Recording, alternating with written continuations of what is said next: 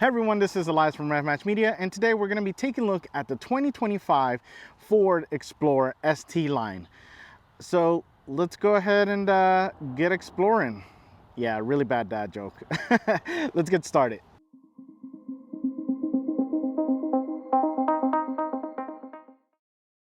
We get started in the front, and this thing looks mean. I love it. It's nice, big, and bulky, in your face styling. And couple of things that I really like about this is the rapid red metallic with the tinted clear coat color that this has. It looks spectacular. In bright light, it looks super bright. In more moodier situations like we have today, it looks nice and kind of like a red wine color to it. So loving the way that looks. And to complement that, we have the black badging on here with the Explorer. And with this being the ST line, we do get the black honeycomb grille here. We do have a little bit of a facelift for the 2025 model. It's super subtle. Like literally, I tried having one browser window open and then flipping to the other. It's not that much. So you literally have to have them side by side to be able to see, oh, okay, that's the difference. But either way though, it looks great. I love the way that this looks. We have the fog lights down here, which look really nice with the black housing around it. And we have the headlights here, which had great output, the LED headlights with the black housing inside as well. Like the design, a lot of intricacies in here, so really cool stuff. Down here we have a lower front spoiler kind of thing going on there in gloss black to match the grille, the badging. Yeah, I like the ST line. Now, we don't get quite the performance of the true ST, but it still looks good. So let's see what we have underneath this hood with this ST line. We get under the hood and we have the 2.3 liter turbocharged inline-4 EcoBoost engine, and it is cranking out 300 horsepower and 310 pound-feet of torque. It is connected to a 10-speed auto and then to the rear wheels. Now, a couple of things with this.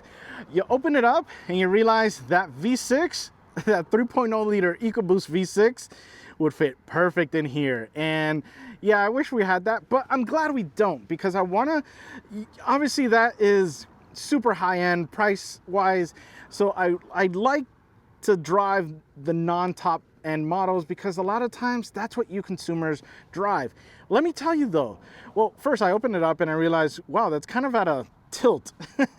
the 2.3 is definitely looks like it's at a tilt, but it drove really well. It didn't feel like a turbo engine in the sense of throttle response. It was really good off the line. It was good on the highway. It was really good. 300 horsepower, granted, it is a big vehicle, but it was delivering the power really well.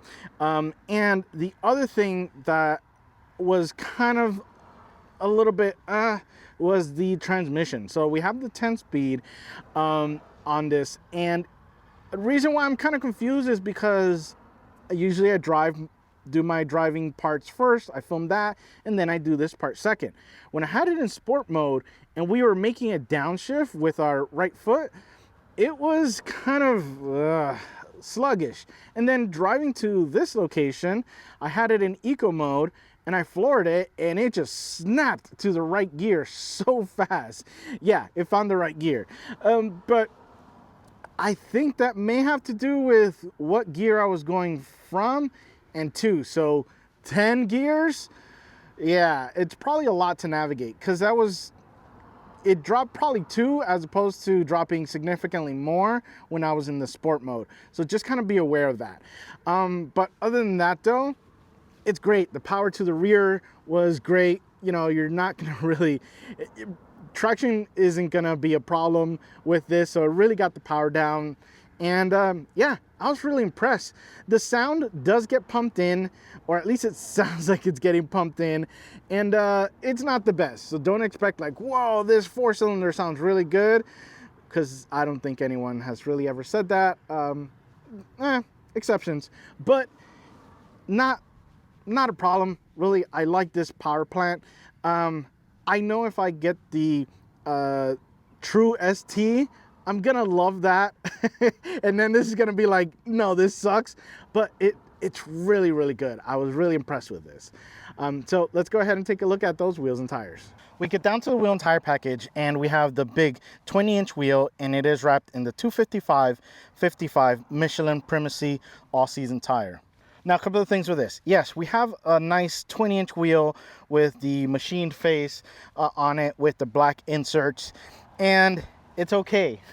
Now, don't get me wrong. I love this design. It looks good, classic, you know, nothing wrong with it. But then I saw the optional 21-inch wheels, and it's not because we get a bigger size, because that design just looks really, really cool. So you may want to opt for that. Spend the extra a little bit, unless you're going aftermarket anyways. But from factory, 21-inch wheels definitely have a better design. But these aren't bad. So if you don't want to spend on that, these still look good personally. And then we have the tire, the Michelin Primacies. Spectacular, no complaints about them. Good grip, we have a good feedback, virtually no noise, just really, really good tire setup. Love that. The brakes are also great. You know, getting this big guy stop, because it's not the 1990s you know, Ford Explorer that I'm used to, a lot smaller.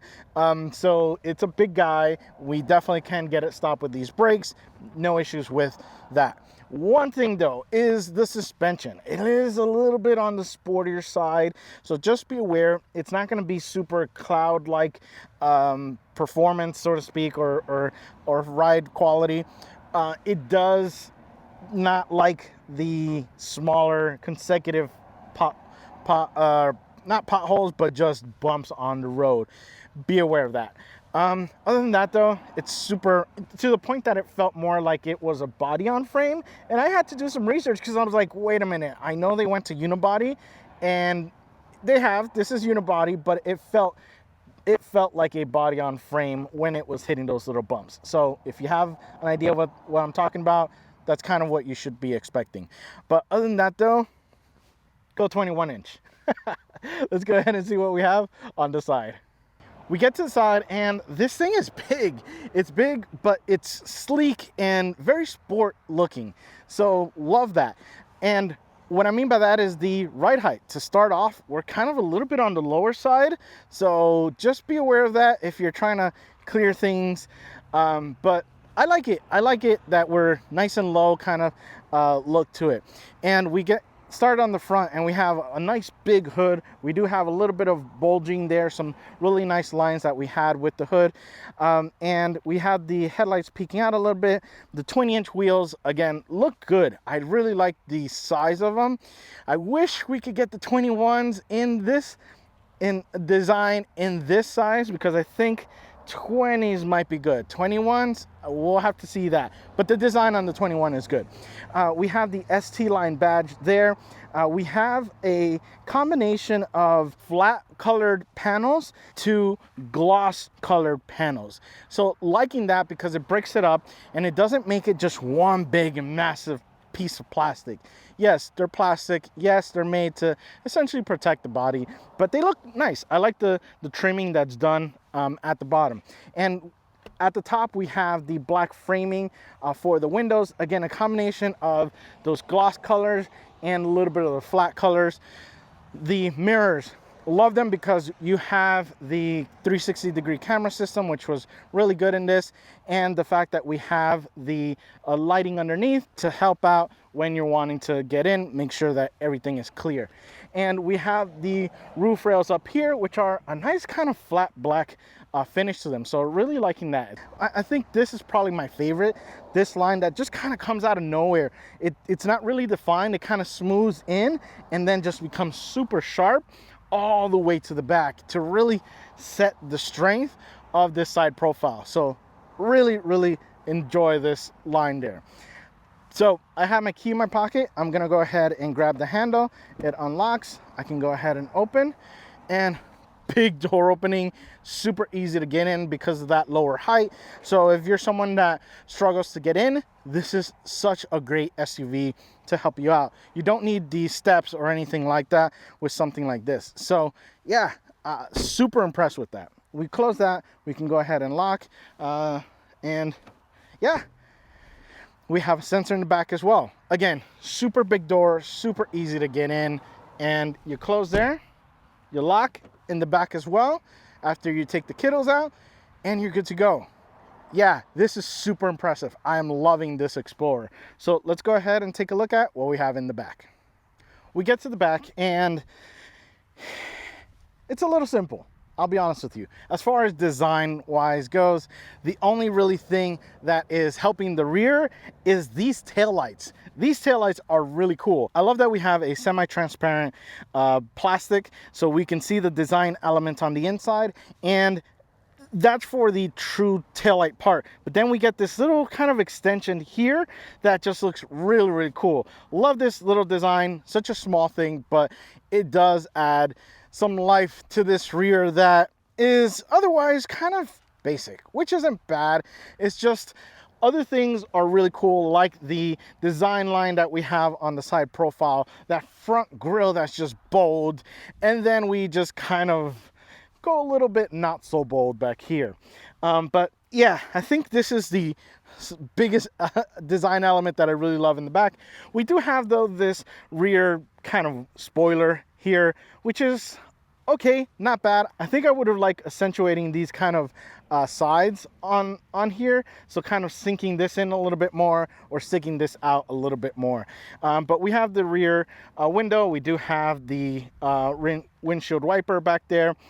We have the Black Explorer, some protection here, which is nice to get things in, and then the lower part, which is black, or that flat black with gloss black elements.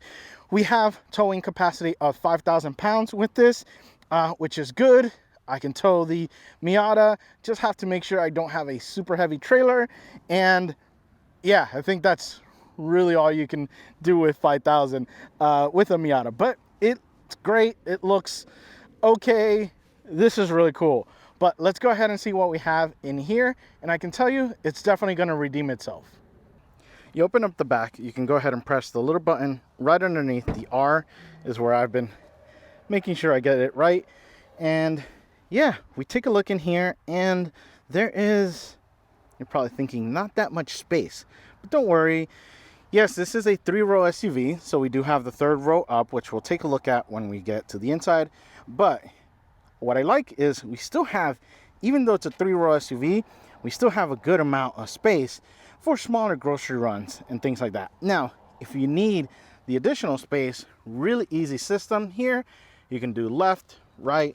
So we'll go ahead and do just the left, and you can see that goes down, and it is 2 seats in the back. But now that opens it up. And what I really like about this, and I'll go ahead and bring down the right one, is we have a bench 3rd row. Yes, the 3rd row is a bench, so that means I could throw the groceries and they're not going to go through the middle like we normally do with captain's chairs. Yes, captain's chairs are typically more comfortable, but yeah, sorry rear passengers. But I like the setup that we have for that. And yeah, take a look, we have a significantly more space back here. Yeah, I can literally put my tripod all the way the long way and still have significant amount of space. But yeah, this is what I really, really like about this Explorer. It is big, nice amount of storage space in the back. We get to the door and it looks really good. I like a lot of the finishes to it. So we do have a kind of a harder plastic up here, but it still has a little bit of a squish to it. We have a softer material here.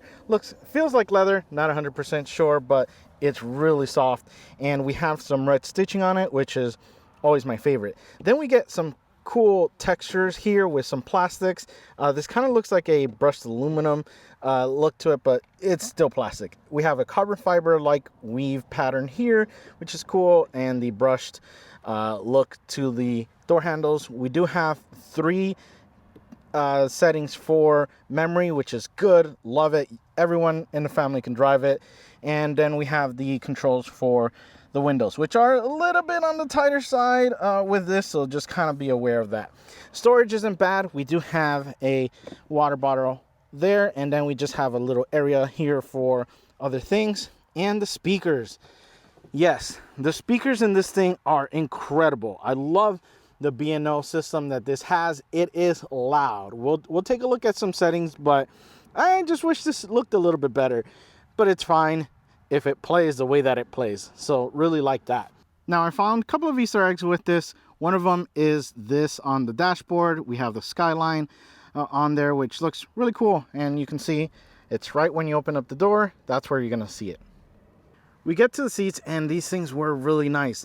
I love really everything about them. Starting off with the shape. So really like the design to them, the shape. Super big boy friendly, not a problem, super comfortable as well. The materials are really nice and soft as well. We have the red stitching, which I am a big fan of because we are in the ST line. And then we have kind of a cloth like material here, and we have the heated option as well.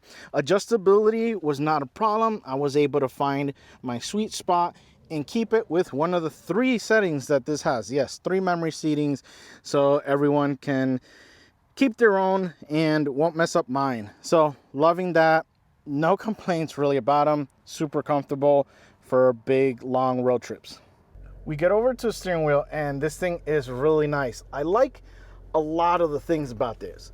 First of all, the shape. So love the fact that we have a very sporty design to it. We have a flat bottom here and we have ergonomically really nice grip areas on the side with the dimpled leather and the softer leather at the top and at the bottom pieces as well. But my hand just fits so nicely in there, especially in the back where you are able to kind of put your index, your other 4 fingers there, and my thumb is sitting nicely right in there.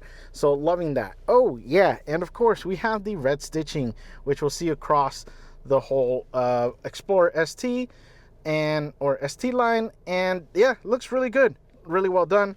Control wise, we have your volume stuff down here, we have your cruise control settings there, and on the right hand side we have our menu options for the gauge cluster and our next track. Now, I will tell you, I kept losing these because the next track and previous track, those buttons are shared with the hang up and answer kind of thing, which is kind of funny because you pick up the phone, you want to start the song again, but that's kind of what you get with this. But I was kind of forgetting about these because the phone is just so much more prominent to that. But that's kind of what you get with the wheel. I really love this thing. So let's go ahead and take a look at the gauge cluster. We take a look at the gauge cluster and it's an all digital display. It looks really good, super bright, some good information that's available. So I'll just kind of go through menu, and these are kind of the categories that it puts them in, or you can just go to the My View and then just basically go through all of them. We had it in the engine, coolant, and transmission temperature gauges just because that's probably the most exciting looking thing, short of the maps, which I'll show you. They are really cool. So calm view will kind of put you in this view, which was surprisingly really nice. Usually I'm one that loves having all this data and information being displayed to me, but calm view was really calming. So like that. And then we have driver assistance, so it gives us all those goodies there, the map view. And then we have fuel economy, we have trip information, tire pressure, those temperature gauges, but that's kind of what you get with this. So that's not as exciting as it is when you go to change your drive modes. So you push your drive mode button or you just turn it and it will give you the drive mode. So we'll do that again. We go to normal and it says balanced everyday driving. We can go to eco and it says efficient driving. So we have a cool animation to them. Sport, yeah, it's like the turbocharger blades. I don't know, but tow haul, we have that. So yeah, then we have slippery and then trail, which I probably wouldn't take this one on trails, but it's a drive mode. But that's kind of what you get with the gauge cluster. And like I said, this is probably the more exciting thing other than calm, because that was actually pretty calming. We get to the infotainment screen and this thing is big, it's bright, and it's really out of the way. Yeah, that's kind of what you get when I am driving. And like I said, it's out of the way, but still very visible. So loving that. And no issues with Apple CarPlay. You can do it wirelessly. And what I like is we can still go to our different modes here on the car itself, so we never really lose or have to really get out of CarPlay by pressing 5 other buttons like some other infotainment screens have. But yeah, loving this. One thing I really like is the ambient lighting. So we do have some really cool ambient lighting on the doors. One thing I really like that my wife noticed is that if you have a door open, it will shine the light in red. So if you kind of half close the door, don't worry, just a matter of looking at the door and seeing which one is in red essentially. But yeah, really liking that. Now, the other thing is the system. The sound system for this is incredible. This thing, this B&O system is really, really great. Now, take a look at my EQ. Yes, you can see that I have it heavily modified. And the reason why is because, now granted, I don't need to be like this because it was all flat, which is one of my favorite things to test out, is how good does it sound without enhancing it.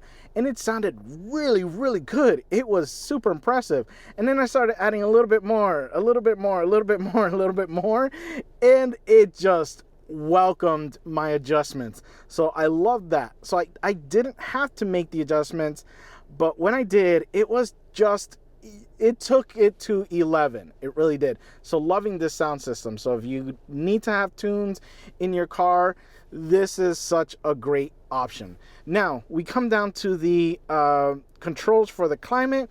Yes, we don't have buttons. Yes, they're on the screen. And yes, I don't really care that they're on the screen. Reason why is because I've literally just set it, and it's been so good at regulating and it's in auto, but it's so good at regulating the system that I'm not having to go up or down to kind of compensate for a system that's maybe too cold, maybe too warm.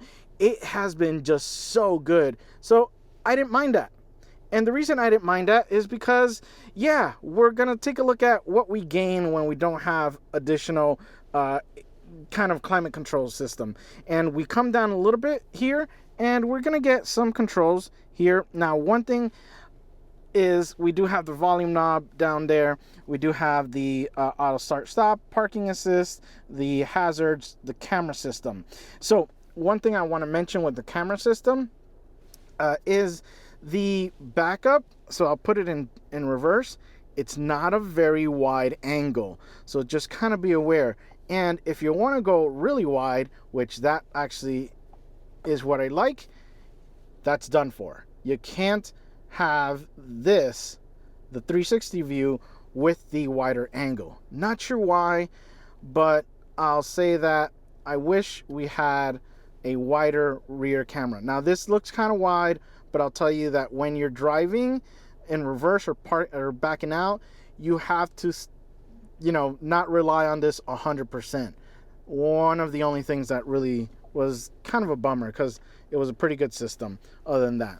Now, one thing I do want to mention is because we don't have the climate, we have this little tray. So we have this little tray, and we have a wireless charger. So I'll go ahead and switch hands, and I'll do the chuck test. That was a weak throw. Let's go ahead and really throw it. Oh, okay, we'll just put it in there. And it charges when it wants to. You can see there, it's charging, but then it will turn off. And of course, now because I'm filming it, it's gonna stay charging and basically call me a liar. So that's what you're gonna be experiencing with this wireless charger. It likes to, charge when it wants to and charge when it doesn't want to. But if you don't give it attention, if you don't show it fear, you're good, and it will charge. And it is really good because it is such a convenient area to have a phone, which this, I wish were a second charger. I almost caught it not charging. There you go. Ha, gotcha. But don't worry, it started charging right now. But yeah, really like this design. This has been my favorite. My wife goes, this is really cool.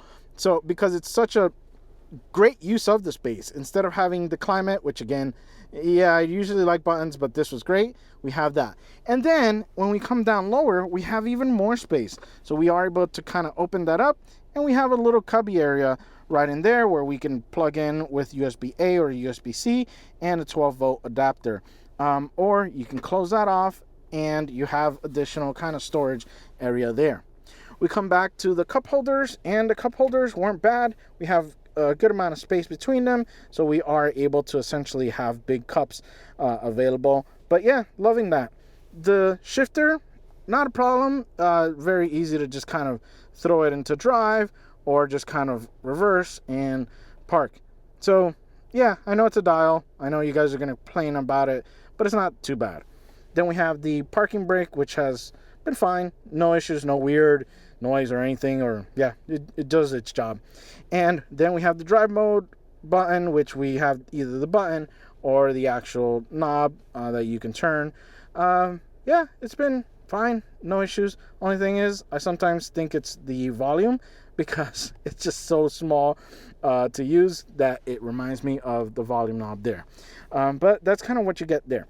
Now, I do like the fact that right before we get to the armrest, we have a little area here for like sunglasses. I was able to put my wife's glasses there so that you don't use up the area that we had the wireless charger for.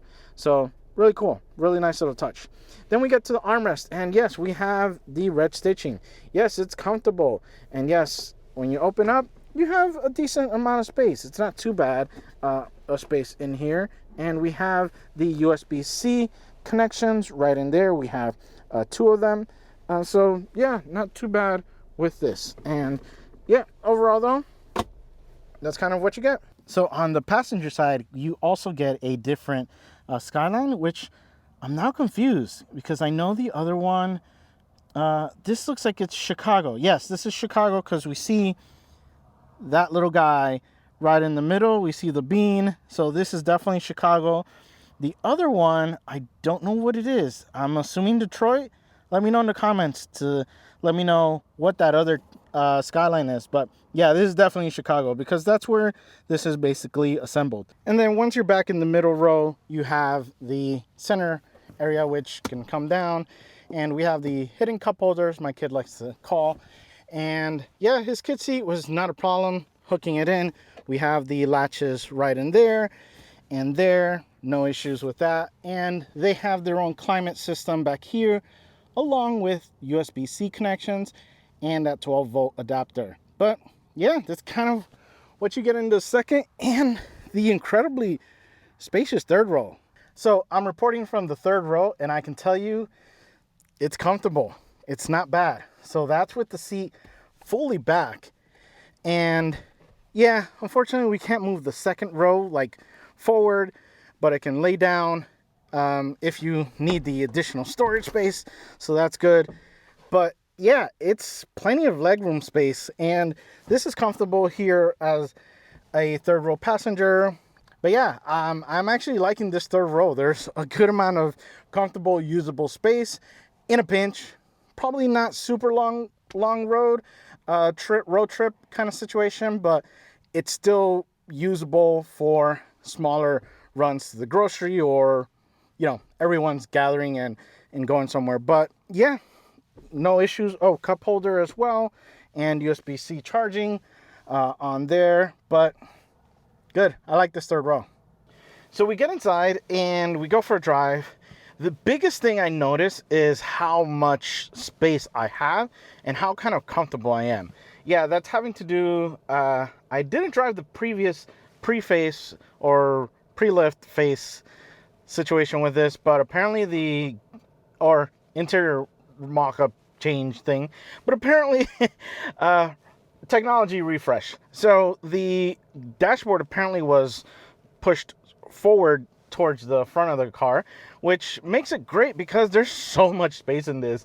Yeah, so the other one, I don't know how much space was given to you, but this is a lot. But we go and start driving, and it's smooth. You know, the power delivery is the pedal is great at delivering the power that you want. So that was a big thing with other vehicles that I've driven, where you just could never get dialed in with the gas pedal. But with this, it's super easy. Yeah, it's such an easy vehicle to drive. The only thing though, and you guys will probably see it, is even though this has been switched over, so these newer Explorers have the unibody, they're not body on frame, it still drives like it's a body on frame. So you are gonna kind of feel a little bit of the road. Sometimes I wish we didn't. In some situations where there's just tiny little consecutive modulating bumps. I think that may need to be dialed in a little bit better, because it was just, yeah, we were feeling every single little thing. And I don't know if it's the wheels, you know, the big wheels, or the suspension, but it does feel like it has a little bit of a stiffer suspension than you would normally get in this segment, which is nice when you're, you know, having some fun and pushing this guy as much as you feel comfortable with pushing this big guy, because it's big. But yeah, it's just a really good drive though. If you're on highways, this thing is a dream. Okay, so we're gonna go ahead and switch our drive mode from the eco mode to the sport mode, and this is supposed to kind of give you the spirited on-road driving experience. So we'll take a test at it. So that 4-cylinder EcoBoost has definitely surprised me this week. I thought, man, this thing is a massive SUV, because it has significantly grown since the early 90s. And I was surprised at how that 4-cylinder could really deliver the power from either a standstill or even from a passing highway situation. So that has been pretty impressive. The only thing I would say, gear changes, they're a little bit on the slower side, which I understand, especially in sport mode. I would have expected a little bit more or a little bit faster in sport mode, but I understand we need to safeguard things. Now, I'll be honest with you, I don't know if this noise is being pumped in, but it sounds like it. So, yeah, and it's okay. It doesn't sound, yeah, it doesn't sound too exciting, but it definitely sounds like it's being pumped in. And if it's not, oh yeah, I don't know what to say. But suspension wise, yeah, I feel like this is where it just behaves better. It runs better by having it, yeah, by pushing it, because I feel like it's a little bit more on the sportier side than on maybe the relaxed side of things. So just be aware, small bumps are gonna be kind of a nuisance sometimes. Big bumps, not a problem. Those get taken or eaten up really easily. So let's go ahead and see if we can do the 3-point stop. So I'll drop a wheel a little bit, and yeah, it's freaking out because it sees all the tall grass we have. Drop it a little bit there.